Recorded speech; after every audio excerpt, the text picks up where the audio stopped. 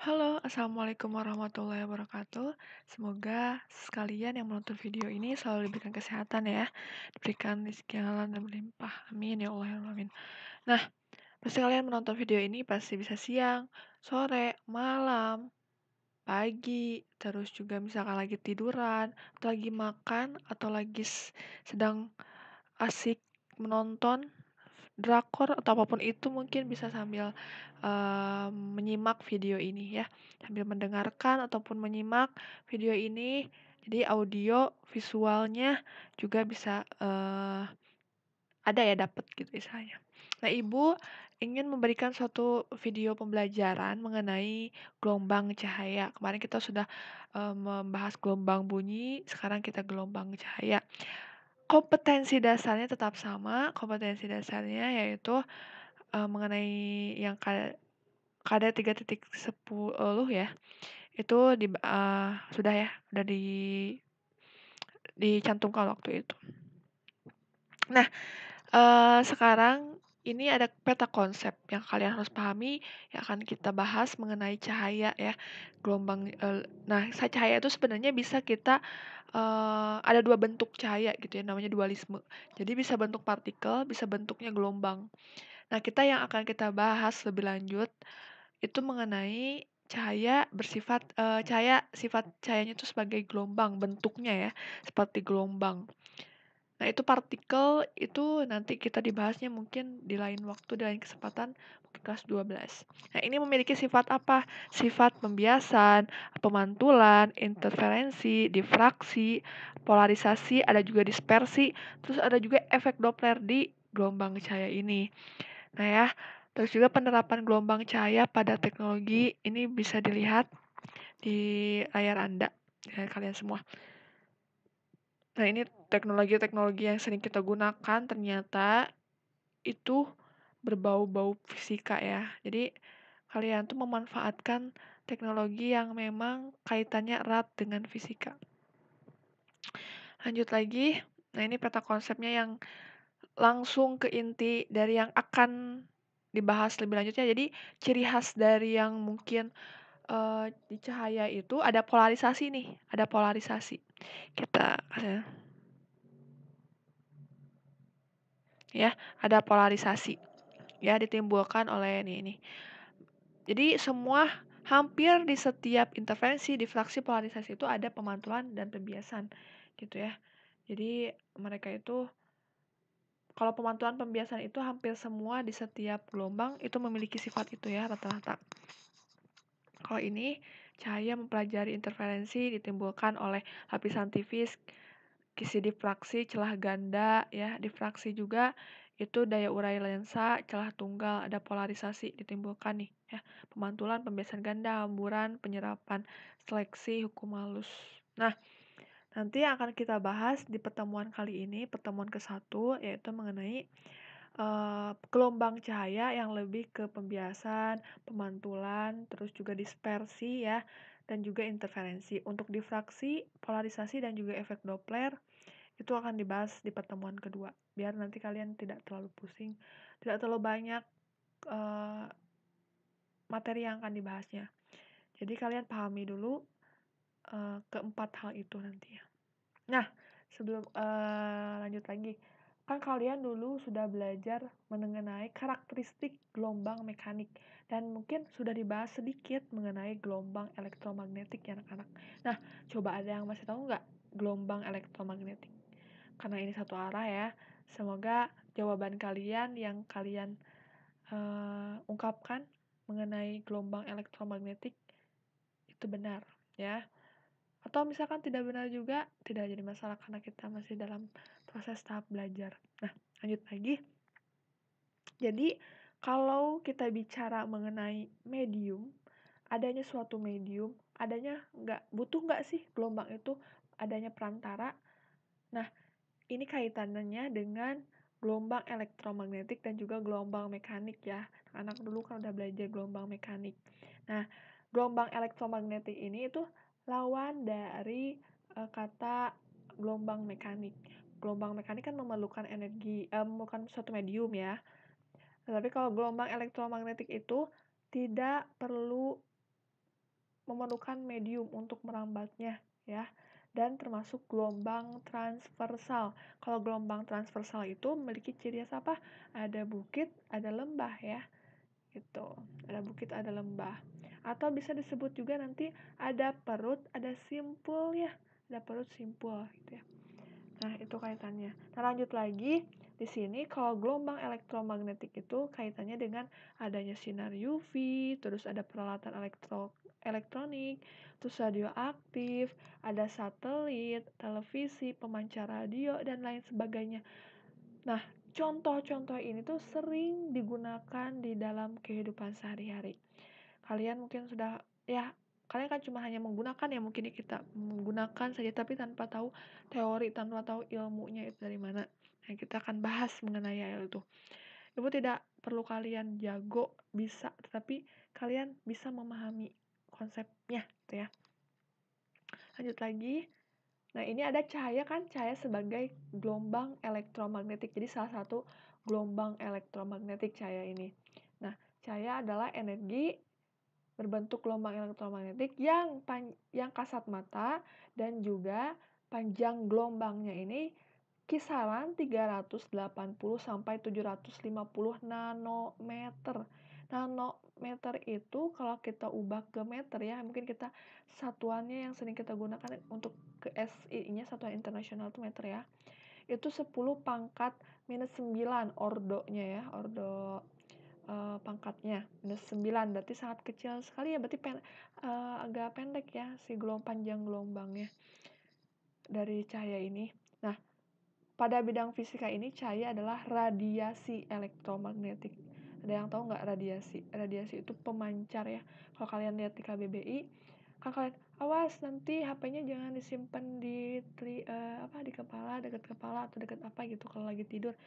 Atau jangan di saku disimpannya. Nah, itu merupakan salah satu contoh karena ada radiasinya gitu dari HP itu.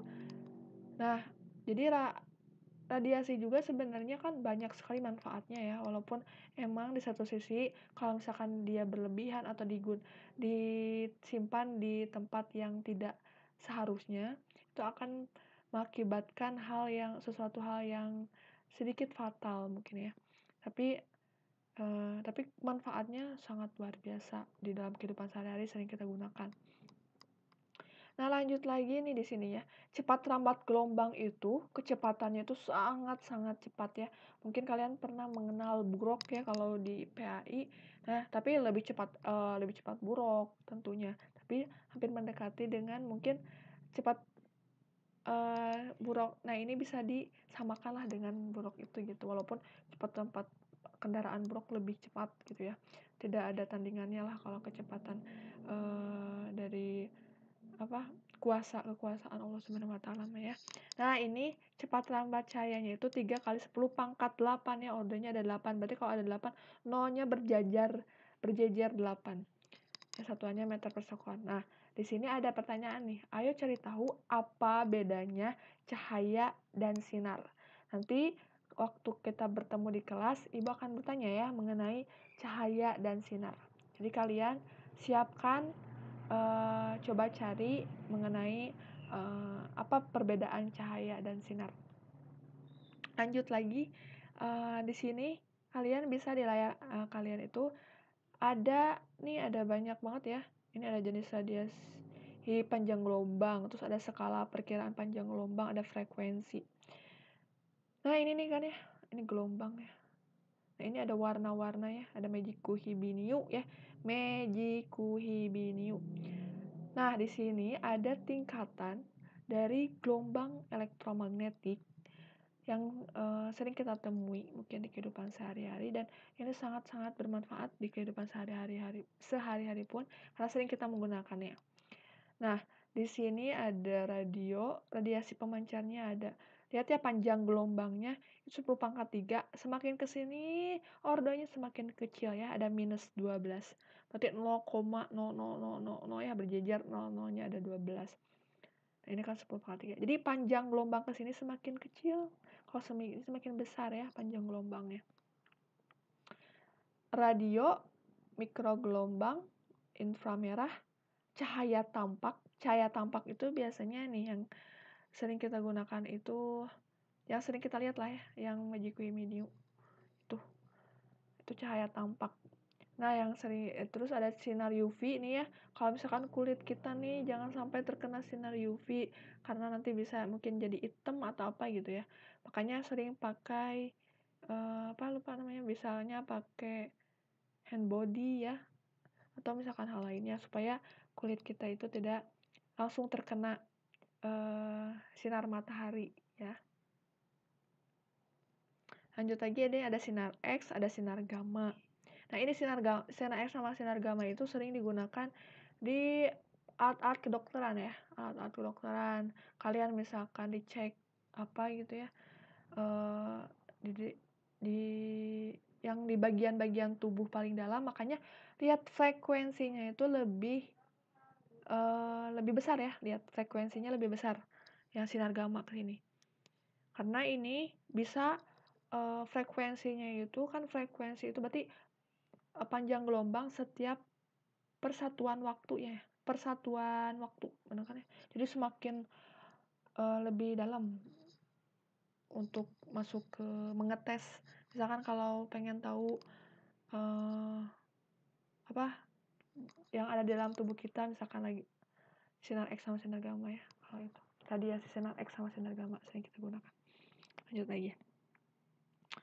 Nah, di sini ada sifat-sifat mengenai interaksi cahaya dengan bahan.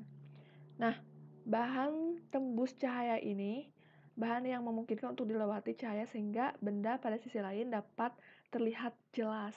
Nah, ada dua bahan ya, bahan yang bisa tembus cahaya itu. Kan ada bahan tak tembus, ada juga bahan buram. Nah, kalau bahan tak tembus itu nah tadi ya, ini bahan tembus, bahan tak tembus sama bahan buram. Jadi ada 3 jenis ya. Nah, kalau bahan tembus itu kan bisa dilewati cahaya ya, sinar cahaya. Tapi kalau bahan tak tembus cahaya itu tidak dapat menembusnya, tetapi dapat memantulkan. Jadi memantulkan kembali dan menyerap cahaya tanpa meneruskannya ya, tidak diteruskan ya. Nah, kalau bahan buram itu misalkan pernah kan kalian ngelihat kertas buram ya, misalnya kalau di kertas buram.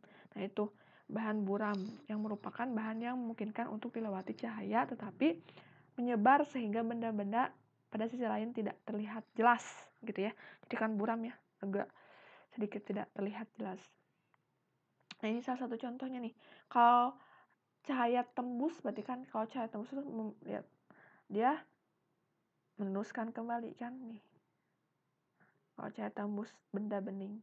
Nah, kalau yang cahaya membentuk bayangan yang tadi cahaya tak tembus. Jadi dipantulkan kembali sehingga membentuk seperti ini nih. Ya. Jadi hampir sama kan ya ininya bentuknya gitu. Bentuk si gelas yang ini akan dipantulkan karena biasanya sinar datang sama dengan sinar pantul ya. Nanti kita akan bahas lagi.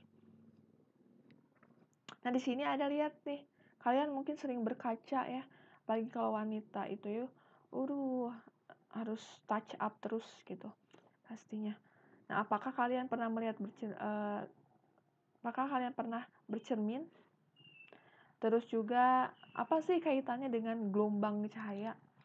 Nah, lihatnya nih ada. Nah, salah satu contohnya yang tadi kalian bercermin itu adalah cahaya itu dapat dipantulkan atau biasanya disebut refleksi ya. Artinya proses terpancarnya kembali cahaya dari permukaan benda yang terkena cahayanya jadi dipantulkan kembali. Peristiwa ini, pemantulan cahaya ini salah satu contohnya yang tadi kalian sedang berkaca di depan cermin. Nah, di cermin tentunya kalian dapat melihat wajah atau tubuh kalian sendiri. Nah, ini terjadi karena adanya sifat dari cahaya itu yang bisa dipantulkan. Nah, benda yang memantulkan cahayanya itu adalah cerminnya ya, cerminnya yang jadi itunya. Pantulkan. Nah, sekarang ini yang tadi pemantulan itu terjadi pada bidang batas antara dua medium. Jadi ada dua medium yang dengan dua medium, ada medium. Di sini seperti misalnya nih ada permukaannya udara kaca gitu ya, udara kaca. Terus ada pemantulan cahaya ini berlaku. Nah, namanya hukum pemantulan. Ada 2 hukum pemantulan. Sinar datang garis normal nih, ya ini garis normal kan ya. Garis normal itu dan sinar pantulnya, nih sinar pantul kan yang P, itu terletak di satu bidang datar ya. Ini terletak di satu bidang datar. Nah, yang kedua, sudut datang itu sama dengan sudut pantulnya. Jadi makanya kan tadi kita berkaca itu kok bisa sama ya gitu, kok bisa mirip gitu. Nah, itu merupakan karena dari konsep dari si pemantulannya ini ada 2. Sudut datangnya itu sama dengan sudut pantulnya. Ya, nah ini. Sinar datang garis normal dan sinar pantul terletak di satu bidang yang sama. Satu bidang datar yang sama. Lanjut lagi. Nah, kalau ini apa nih teman-teman? Peristiwa apa yang terjadi pada gambar ini? Ada pensil yang dimasukkan ke dalam gelas yang berisi air. Nah, apa sih yang terjadi di konsep ini? Coba tebak apa? Ya, betul. Ini namanya adalah cahaya karena memiliki sifat pembiasan. Yang kalian menjawab pembiasan itu betul. Nah, ini sering banget kan ya terjadi di kehidupan sehari-hari. Bukan hal ini aja, banyak banget contohnya mengenai pembiasan ya. Nanti kalian, nah intinya apa sih kalau pembiasan? Nah, pembiasanan itu atau biasa disebut refraksi karena pembelokan arah rambat cahaya ketika melewati 2 medium yang berbeda kerapatan optiknya ya. Jadi berbeda nih, ada 2 medium ya. Misalkan nih kan tadi contohnya pensil. Pensil itu kan awalnya di udara. Nah, udara ini memiliki kerapatan berbeda dengan air gitu ya. Nah, kalau misalkan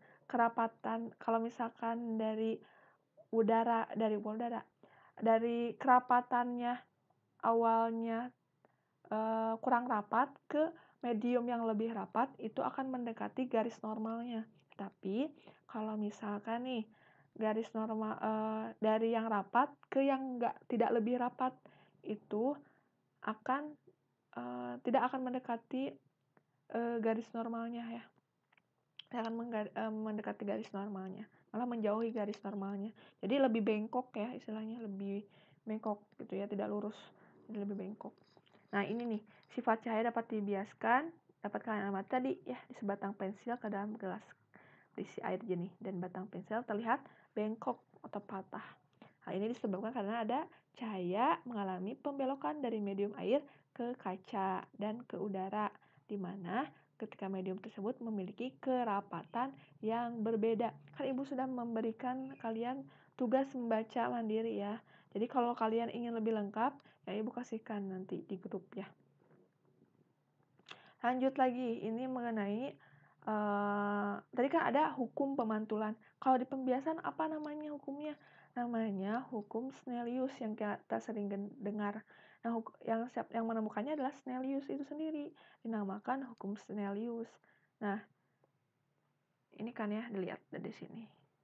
Nah, ini ada sinar datang, ada ini garis normal ya, ini garis normal, ini ada 2 pembatasnya ya ini. Pembatasan medium 1 sama medium 2-nya. Sinar datang nih ke ke medium yang berbeda kerapatannya.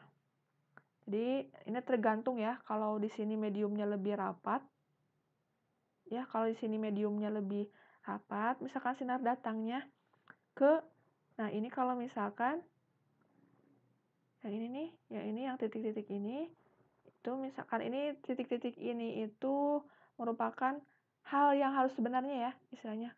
Sebenarnya kalau misalkan dia nggak dibiaskan, ini harusnya lurus-lurus aja kan. Ya lurus-lurus aja.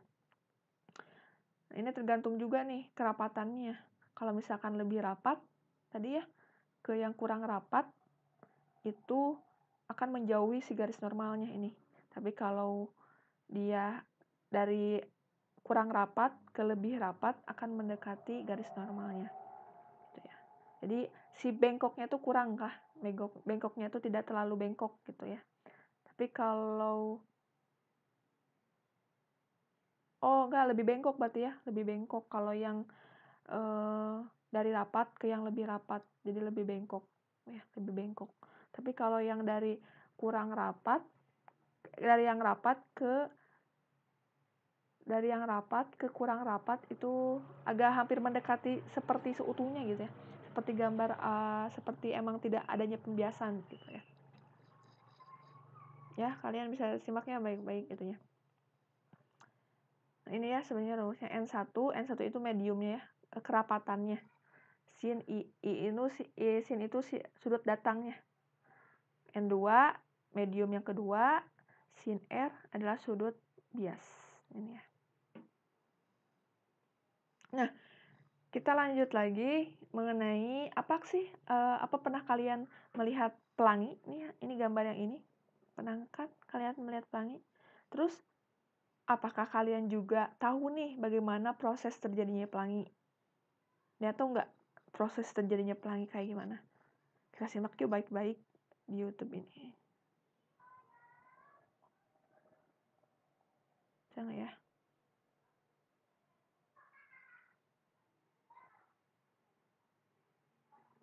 Sahabat.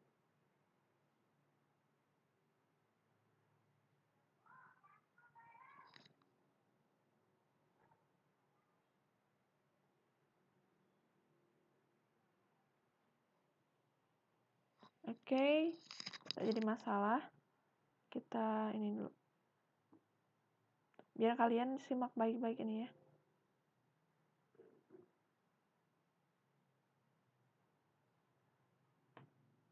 Kita lihat di sini.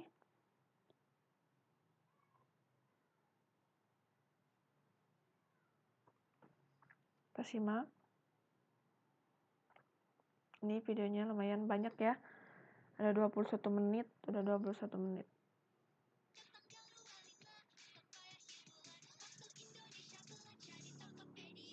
Enggak lah. Nah, ini ya. Apa sih itu pelangi? Tuh.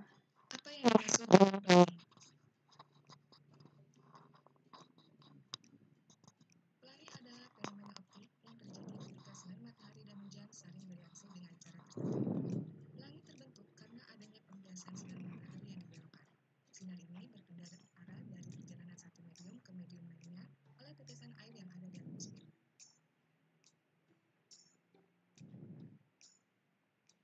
Proses terjadinya pelangi ketika sinar matahari membentur tetesan air. Sinar tersebut berubah dan dibiaskan oleh butiran air di udara. Dan adanya perbedaan panjang gelombang dan perbedaan sudut ketika sinar matahari dibiaskan menyebabkan warna-warna pada sinar matahari menyebar dan terpisah yang biasa disebut cahaya tampak atau spektrum pelangi. Setiap warna-warna pelangi akan dibelokkan pada sudut yang berbeda, sehingga akan memberikan warna berpindah pada pelangi. Kapan waktu yang tepat untuk mulai terjadinya pelangi? Kamu dapat melihat pelangi ketika sinar matahari, adanya hujan atau kabut, serta posisi matahari yang tepat, yang dimana posisi matahari harus di belakang pengamat.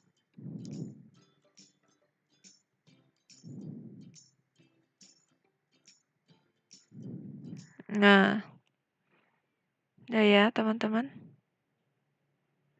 Kita lanjut lagi.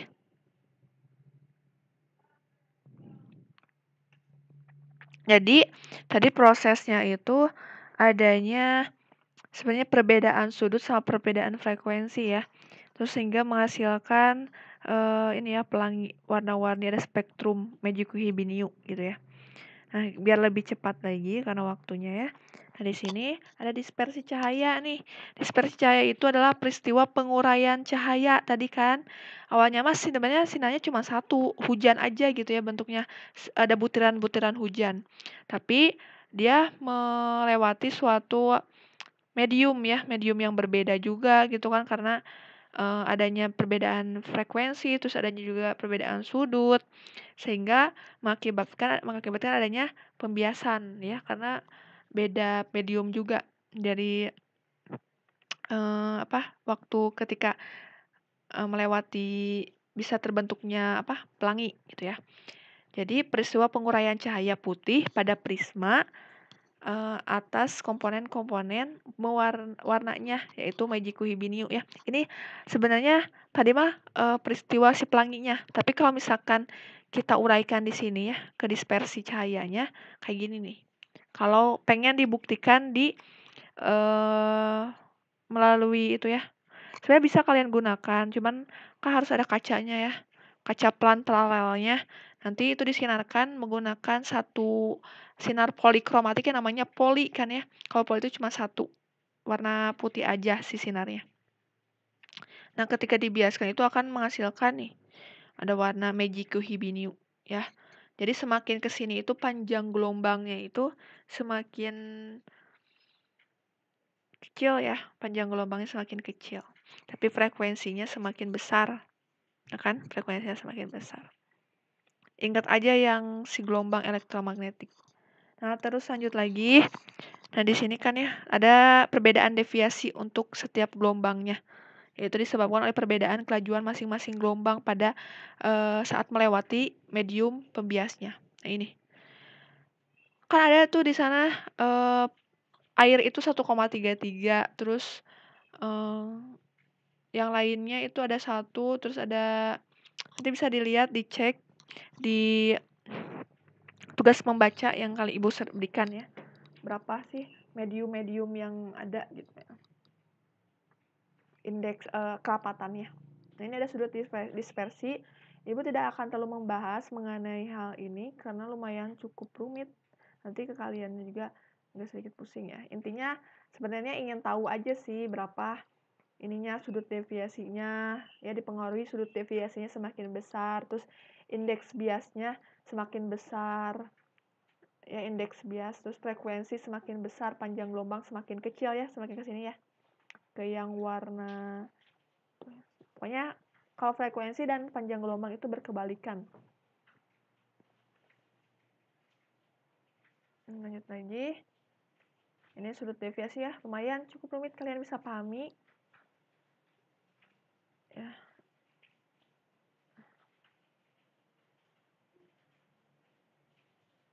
Ada di itu lebih lengkap. Saya tidak akan terlalu membahas ini. Kita lanjut lagi ke materi ini nih. Ya, satu lagi. Langsung ke dispersinya, hanya pengenalan aja ya. Karena lumayan cukup. Nah, ini. Yang ini adalah interferensi cahaya ya. Mungkin kalian juga sudah mengenal interferensi cahaya di gelombang mekanik, terus juga di gelombang bunyi ya. Apa sih interferensi cahaya? Interferensi cahaya adalah perpaduan dari dua gelombang. Kalau perpaduan berarti kan nggak hanya satu si gelombangnya ya, berarti ada dua gelombang cahaya. Kalau di sini kan kita mengenalnya, di sini gelombangnya gelombang cahaya. Beda lagi kalau misalkan di gelombang bunyi ya gelombang bunyi itunya. Nah, di sini ada syarat ketentuan agar terjadinya suatu interferensi, yaitu adalah syaratnya nih koheren. Koheren di sini adalah frekuensi dan amplitudonya itu sama, serta beda fasenya itu tetap ya. Kalian coba buka lagi buku-buku yang lama, atau misalkan lihat UKBM-nya mengenai beda fase ya. Apa sih beda fase, apa sih frekuensi, amplitudo. Kita tidak akan terlalu membahas lagi. Pasti frekuensi dan amplitudonya itu sama ya, yang bentuk gelombangnya. Nah, ini terus hasil interferensinya itu maksimum kalau misalkan dia garisnya terang. Nah, kalau garisnya gelap itu interferensinya minimum ya. Nah, ini ada simulasi juga. Nah, ini udah bisa ya. Kita tersambung.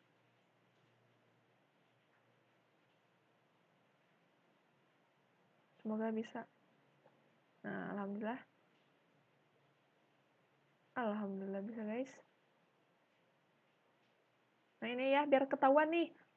Mana sih yang maksimum, mana sih yang minimum. Kalau kalian pernah ngelihat yang waktu gelombang stasioner sama gelombang berjalan, itu kalian gelombang berjalan mungkin ya, gelombang berjalan ada kalian mengenal perut sama simpul. Jadi diibaratkan kalau simpul itu adalah interferensi minimumnya, tapi kalau gelombang perut itu yang ada perut ya, yang misalkan perut ini ya, perut Yang berarti kalau perut kan berarti agak buncit ya, dikit buncit. Nah, itu adalah termasuk interferensi maksimumnya. Jadi yang terlihat interferensi maksimum minimumnya. Ini kita lihat dulu ya, agak lama guys. Atau kita langsung ke sini aja dah, biar. Nah, ini ya.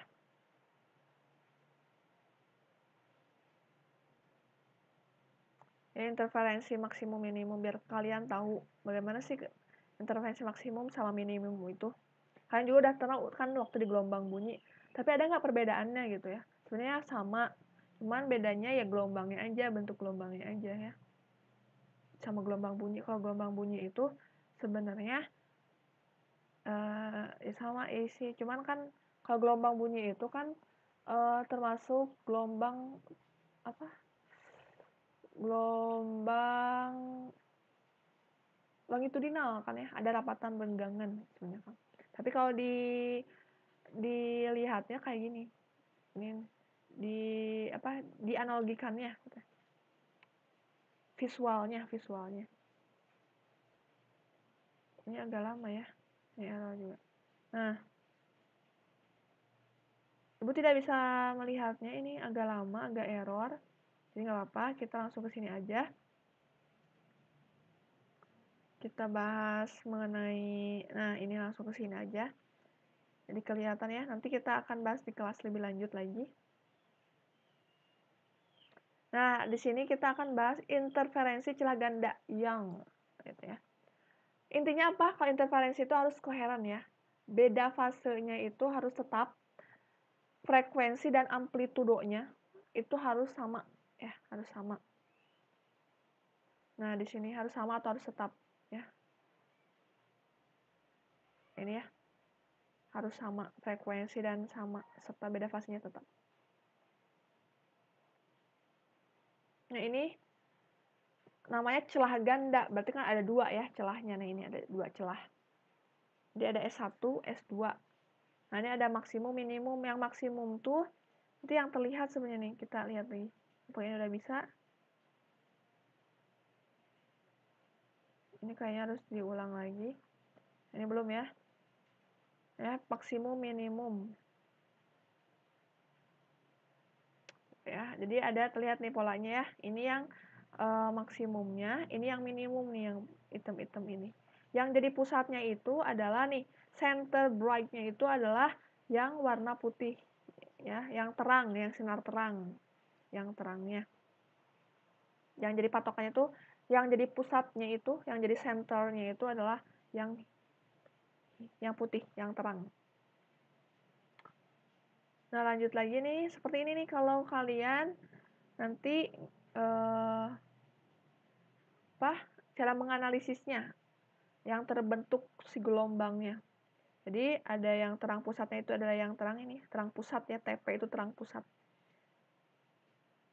Nah, ini ada layar. Jadi nanti sebenarnya ini harusnya biar simulasinya masih tetap berjalan ya. Nah, nanti biar ketahuannya di kelas aja nanti ya. Nah, ini ada layar. Ini celah. Dari sini ke sini itu adalah jarak dari pusat. Ya, P itu jarak dari terang ke, misalkan yang ditanyainnya ke gelap 1 ya, ke gelap 1,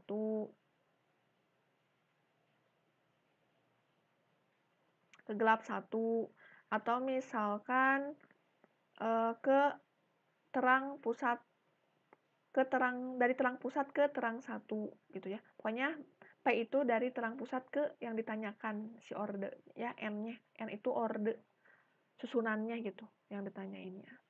Nah, ini lihat ya. Kalau kalian simak baik-baik nih ya, yang S1, S2, S yang R, ini yang membentuk sudut, itu sama dengan yang ini nih. Sudut yang ini nih, sudut dari sini, ini sama ini. Ya. Titik ini, P, O, sampai yang ini nih, yang ujung ini nih ya. Nah, ini jarak dari layar dari layar ke celah itu L. Ya. Ini D-nya itu merupakan bisa lebar ya, lebar celah, bisa disebut lebar celah. Nah, lebar kedua celah ini. Ini kan mata kita yang misalkan memberikan suatu gelombang ke sini gitu yang bentuk seperti ini. Jadi kalau pengen tahu bisa kebentuk ini tuh harus ada layarnya ya biar ketahuan si pola gelap terangnya. Nah, interferensi maksimum ini bisa disebut interferensi terang. Syaratnya itu adalah fasenya sama ya. Terus beda lintasannya itu sama dengan 0, beda lintasannya. Nah, juga kelipatan dari gelombang atau kelipatan dari panjang gelombangnya itu dirumuskan seperti ini nih. Nah, N-nya sama dengan N lambda aja ya. Karena apa? Karena jarak kelipatan gelombangnya itu satu-satu. Ya, kalau kalian bentuknya di sini ya. Ini satu-satu kan. Dari sini sebenarnya ke sini itu satu gelombang gitu ya. Ini kan diibaratkan kan tadi Ibu bilang kalau yang terang itu diibaratkan perut. Kalau yang gelap itu diibaratkan si simpulnya ya, simpulnya. Diibaratkan simpulnya. Diibaratkan simpulnya. Jadi kalau pola interferensi maksimum ini rumusnya D sin theta sama dengan N lambda atau bisa digunakannya ini nih. D yang sin tetanya itu dapat dari karena sudutnya itu tadi sama ya antara yang dibentuk sudut antara yang S1, S2 sama O dan juga yang sudut P O sama itu ya kalian bisa lihat lagi gambarnya nanti itu sama sudutnya sehingga sudutnya itu mendekati 0. Jadi sin tetanya itu sama dengan 1 ya. Sin tetanya sama dengan 1. Sin tetanya kecil sekali dianggapnya. Jadi sinnya 1. Nah, di sininya jadi P per L gitu ya. P per L. Kalian bisa menggunakan persamaan ini. Jadi dia sin theta kalau misalkan ditanyanya bentuknya sudut dipakai rumusnya ini. Tapi kalau misalkan yang diketahuinya adalah jarak antara ini L itu kan jarak dari celah ke layar ya L. Kalau yang P itu jarak dari terang pusat ke misalkan ke gelap, ke terang gitu. Kalau ini kan ditanyanya ke terang, berarti ke terang gitu ya. Dari terang pusat ke terang satu kan itu ya. N per lambda ini ya. Nah, kalau yang minimum gimana nih? Oh, ini masih keterangannya. N-nya itu orde atau nomor terang. Misalkan ke 0, ke 1, ke 2. P-nya itu jarak terang. P-nya itu kan jarak terang N ke dari terang pusat deh. Ini dari jarak celah ke layar atau jarak antar celah. Lambdanya panjang gelombang. Nah, ini ada interferensi minimum ya. Jadi interferensi minimum itu simpulnya ya. Bisa disebut simpulnya. Nah, ini syaratnya itu adalah beda fasenya itu 180 derajat ya. Kalau 180 itu kan sudutnya nggak kelihatan ya. Sudutnya lurus-lurus aja nih ya. Itu kan. Jadi berlawanan arah, sering berlawanan arah istilahnya. Jadi sering menghilangkan ya. Makanya beda fasenya 180 derajat. Nah, beda lintasannya itu sama dengan bilangan ganjil kali setengah panjang gelombang. Karena dari terang pusat ke gelap itu hanya setengah gelombang aja gitu. Kebentuknya setengah gelombang. Nah, makanya perbandingannya tuh setengah gelombang. Yang kebentuknya interferensi minimum itu setengah gelombang. Nah, rumusnya jadi seperti ini, teman-teman. D sin theta N minus setengah lambda. Atau bisa dituliskan kayak gini. D P per L N minus setengah lambda. Nah, ini orde-ordenya.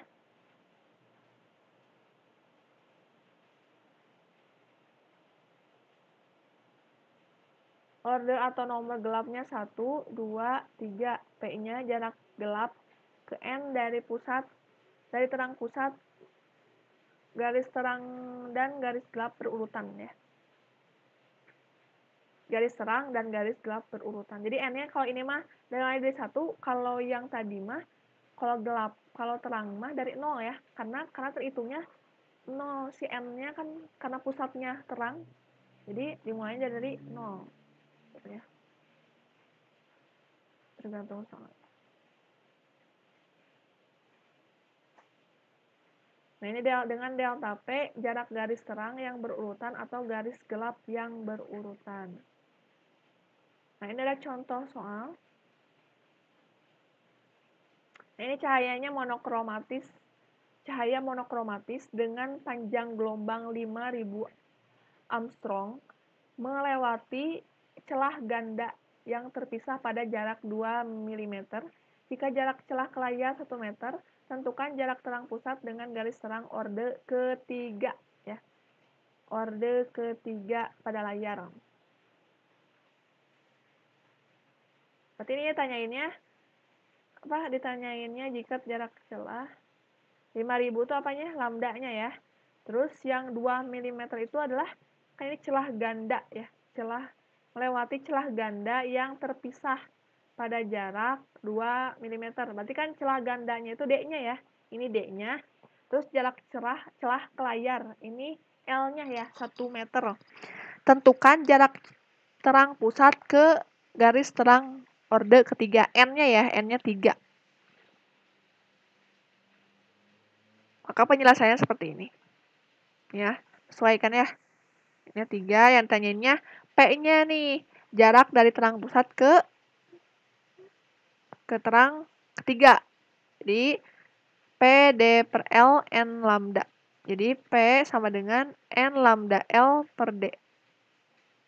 P-nya sama dengan 3, 5 kali 10 pangkat minus 4. Masukin ya ini mas, substitusikan angka-angkanya. Tinggal substitusikan angka-angkanya. Ini kan dibuatnya milimeter ya. Kalau dibuatnya mau meter, terserah silakan. Armstrong itu 10 pangkat kalau salah tuh minus 10 ya, kalau nggak salah minus 10. Kalau Armstrong ke meter ya, Armstrong ke meter. Jadi kalian bisa ubah-ubah. Tinggal masukkan aja angka-angkanya, substitusikan.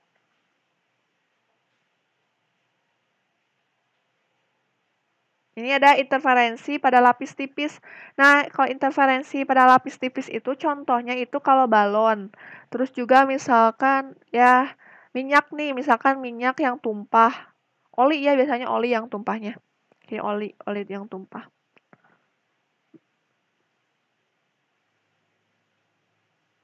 Nah, bentuknya kayak gini ya, lihat. Lanjut lagi nih, kayak gini. Jadi membentuk, kalau yang tipis itu, jadi ada suatu pantulan dari yang lapisan atas ke lapisan bawahnya, sehingga membentuk seperti kayak ada ya apa ya, kayak mungkin bisa disebut kayak pelangi, tapi enggak, bukan pelangi ya, tapi karena melewati suatu lapisan kayak dipantulkan ya. Di sini jadi ada 2 faktor yang mempengaruhi interferensi lapisan tipis itu. Ada 1, perbedaan panjang lintasan optik. Terus yang kedua, ada perubahan fase sinar pantul. Nih ya, ada udara. Oh ya, jadi ada 2 peristiwa, berarti ya di situ ada pantulan sama ada pembiasan. Jadi kalau interferensi lapisan tipis itu mencakup semua mencakup pembiasan, mencakup pemantulan, ada juga interferensinya, karena tadi kan ngelewatin dulu yang bagian atas ke bagian bawah, jadi ada dua itu, nggak menyebabkan kayak 2 gelombang gitu ya, padahal enggak, padahal cuma 1 sebenarnya, tapi kayak 2 gelombang, jadi ada dua namanya, jadi ada 2 gelombang karena melewati suatu 2 lapisan, tapi lapisannya tipis, intinya aja sih sebenarnya. Nah, ini ya, kalau syarat terjadi interferensi maksimum. Bentuknya seperti ini loh. Aduh. Ya, kayak gini. 2ND cos R M minus setengah lambda. Kalau ini maksimum ya, kalau ini minimum. Nah, ini ngebedainnya M-nya kok di sini M, ya kok nggak N. Sama aja, mau M, mau N boleh. Karena ini buat ngebedain dengan yang di sini nih. Karena N ini di sini indeks bias lapisan ya. Indeks bias lapisan.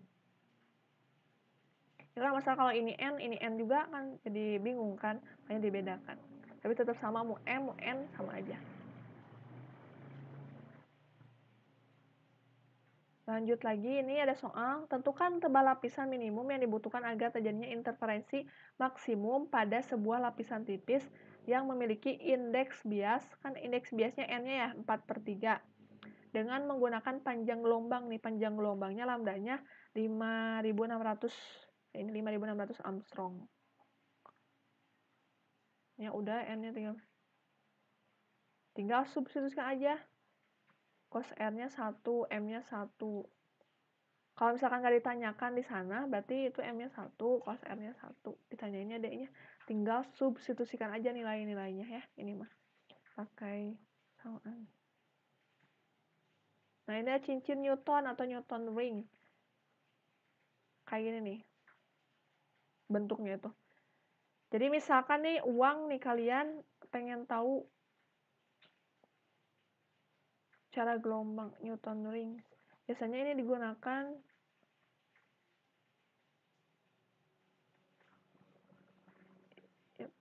ini ada alatnya, namanya itu kalau nggak salah itu namanya alatnya itu ada di lab itu. Kalian bisa menggunakan alat ini, cara menggunakannya. Cuman ibu lupa namanya, nanti ibu kasih tahu ya alatnya. Kita akan cari. Ini sebenarnya pengen tahu ya, lensanya lensa cembung datar, terus lensa cahaya datang, ini ada kaca plan paralel. Ini kita nggak akan terlalu bahas lebih, cuman ini hanya sekedar info saja. Ini intervensi maksimum lingkaran tetap terang. Nah, biar yang paling banyak itu nanti interferensi yang sebenarnya yang harus kalian pahami.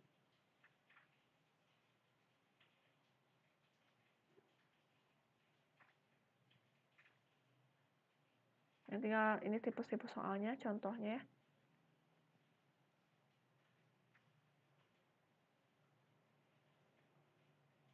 Ini mah, nah, ini dah. Nah, ini interferensi cahaya, interferensi celah ganda, sama interferensi lapis tipis. Tuh, yang paling sering digunakan, paling kebanyakan di sini nih. Tapi kalian juga harus pahami yang ininya ya.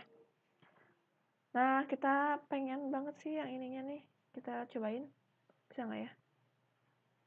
Oh, ininya harus ganti guys. Lupa. Nanti ini lebih lanjut lagi di video lanjutnya ya. Selanjutnya biar nanti ini nggak terlalu kepanjangan durasinya. Oke. Terima kasih. Wassalamualaikum warahmatullahi wabarakatuh.